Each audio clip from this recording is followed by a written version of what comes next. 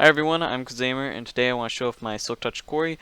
This project took me about 2 months to build, and this is a follow-up video to a really cool cinematic made by Activation. This video is quite a bit late, like 2 months, but you know, whatever. So this video is going to be an explanation going over the different systems within the quarry, and I will also be explaining how you could build this in your own world if you want to change some of the parts. So this video will be split up into 2 parts. The first part is to kind of explain the quarry and how it works, and the second part is the specifics of how you could change the height, width, or how you could use this in a different version of the game. So first I want to give credit where credit is due. So these block grabbers right here, the system that pushes them forward, and a little bit of the brain circuitry was designed originally by Palla Palla, and this is used in his gravity block proof, liquid proof quarry. And I really like this system because it pushes out the blocks one layer at a time, which allows the player to easily come along and mine any of the nether quartz. Otherwise, the rest of the systems within the quarry were designed by me, including some brand new, really compact, 3-wide movable TNT Dupers. So now I want to explain what's going to happen when you turn the quarry on. So if I flick this trapdoor, it'll remove the redstone block and activate this piston, and this piston will send out 2 signals. So the first place this signal is sent to is the TNT Duping system over here, and this shoots 4 consecutive shots of TNT to remove any of the netherrack, soul sand, and magma blocks in the way, and this ensures that the player, when they come along mining, don't waste durability on useless blocks, because that means that the quarry will go through a lot more pickaxes.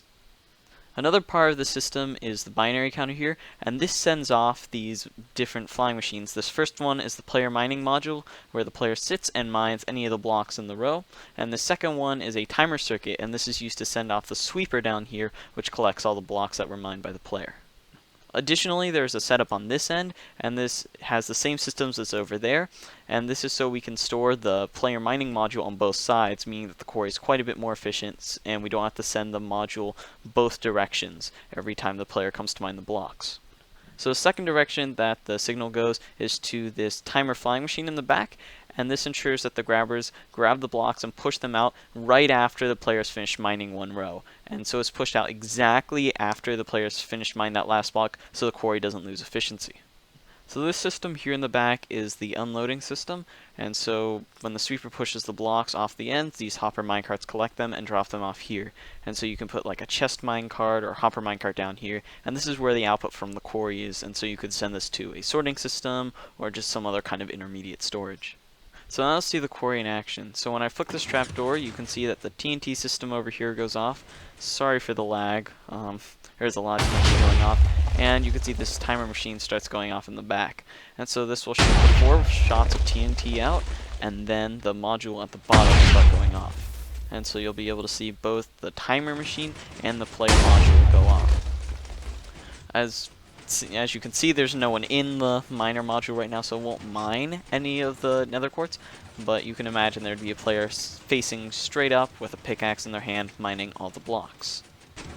So now the flying machine timer is coming back, sorry for all the ghost blocks, and you can see the sweeper sent off. And so this will collect any of the blocks that were broken either by the TNT or mined by the player, and will push them off onto the minecart rails on either end.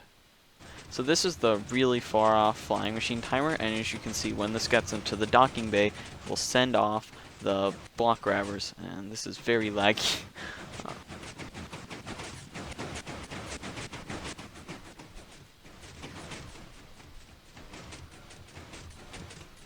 So over here you can see that the block grabbers come up with all the blocks, and they will be pushed out right as the minecart gets to the end. And so the minecart just got to the end, and then the blocks are pushed out, and the TNT system starts. And this makes sure that the quarry is really efficient and doesn't lose time by waiting for this system to get to the end and then starting the block grabbers, or pushing out the blocks too early and making the player mine along the way.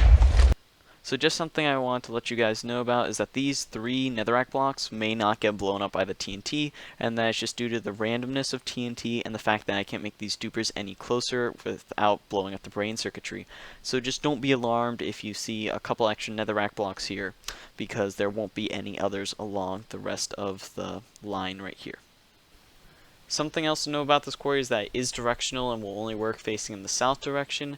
This is because of the way that the block grabbers were designed, and because of update order, it just won't work in any other direction.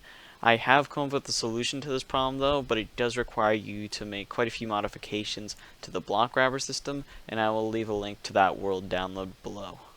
So now I want to explain how you could build this in your own world, and if you want to change the width, height, or you're in a different version of the game. So when it comes to the width of the quarry, you're usually going to want to expand it by 12 blocks each time, or shrink it by 12 blocks, because there's 3 TNT Dupers for every 4 block grabbers, and this just makes it really easy for you to expand it out in sets of 12. Now when it comes to changing the height of this quarry, you need to do it in sets of 2, and this is because the player mining module goes from one side to the other, but doesn't go both times. So there's only a pushing mechanism on this side, and so when this is sent off, it's sent over there, and then another row of blocks gets pushed out. So if you expand this by 1 block, this machine would be on the far end when everything's pushed forward, and that would actually break the quarry. So another system you have to change is this timer circuit in the back, and this accounts for the width of the quarry, and this makes sure that the block grabbers are sent down at the appropriate time so that the quarry is very efficient. And so for every block wider you expand the quarry, you need to move this system back by 1. And this means that the block grabbers will go down and up and grab the blocks and push them out right after the player's moved out of the way, and means that the quarry is much more efficient. And if you didn't move this and move this back, and you made the quarry wider, the blocks will get pushed out too early, making the player mine a lot of netherrack and unnecessary blocks, which means you use a lot more pickaxes for the quarry. So now let's talk about different versions of the game. So this is the 112 duper I'm using, and this is the 113 duper I'm using. So as you can see, this 112 duper is fairly small. It's only about 3 blocks wide, and as you can see, if we activate this top one to dupe the TNT, and this bottom one to shoot it off, and so this is sent off 4 times by the quarry, and then using this piston down here, we're able to move the whole system forward. Now this is the 113 plus duper system.